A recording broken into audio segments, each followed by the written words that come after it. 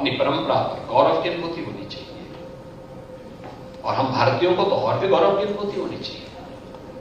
जितनी प्राचीन परंपरा संस्कृति हमारी है, इतिहास से भी परे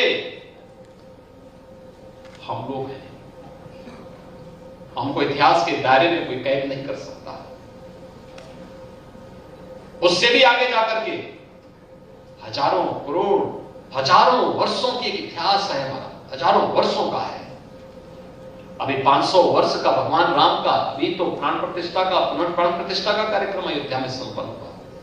पर अब भारत किस रूप में, किस उत्साह के साथ जुड़ा है। दुनिया जुड़ी है, दुनिया एकजुट है। लोगों के लिए कौतूहल और आश्चर्य का विषय है। अभी आपने वाराणसी का देखा होगा। वाराणसी में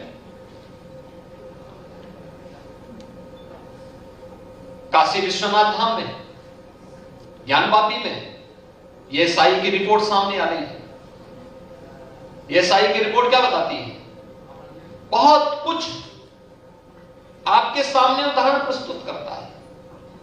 लेकिन उस विरासत पर जो प्रधानमंत्री मोदी जी ने आजादी के अमृत महोत्सव वर्ष के समय आपको उपलब्ध कराया था, हम आजादी की लड़ाई को अपनी आंखों से नहीं देखे, देश को आजाद होते समय हम नहीं देखे।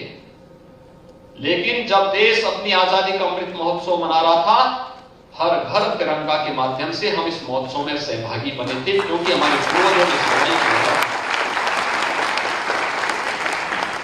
हमने उस दौरान आजादी के अपने उन बंदों को, जो राष्ट्रनायक थे, जो स्वतंत्रता संग्राम सेनानी थे, उस समय के क्रांतिकारी थे, या जिन्होंने देश की आजादी के पहले आजादी के आंदोलन में सहभागी बनकर के इस लड़ाई में नेतृत्व प्रदान किया था, या आजादी के बाद भारत की सुरक्षा करते हुए भारत के रक्षा बलों में, अर्धसैनिक बलों में, पुलिस बलों में अपनी सेवाओं के माध्यम से देश को सुरक्षा दी थी, बाह्य और आंतरिक सुरक्षा प्रदान की थी, उनके प्रति सम्मान का भाव व्यक्त करेंगे। उनके स्मारकों का सुंदरीकरण हुआ, हम लोग गए, उन पे शोध हुआ, उन पे कार्य हुआ।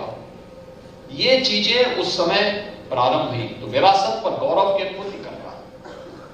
हम राम पर इसलिए क्योंकि राम हमारे पूर्वज थे, कृष्ण हमारे पूर्वज हैं।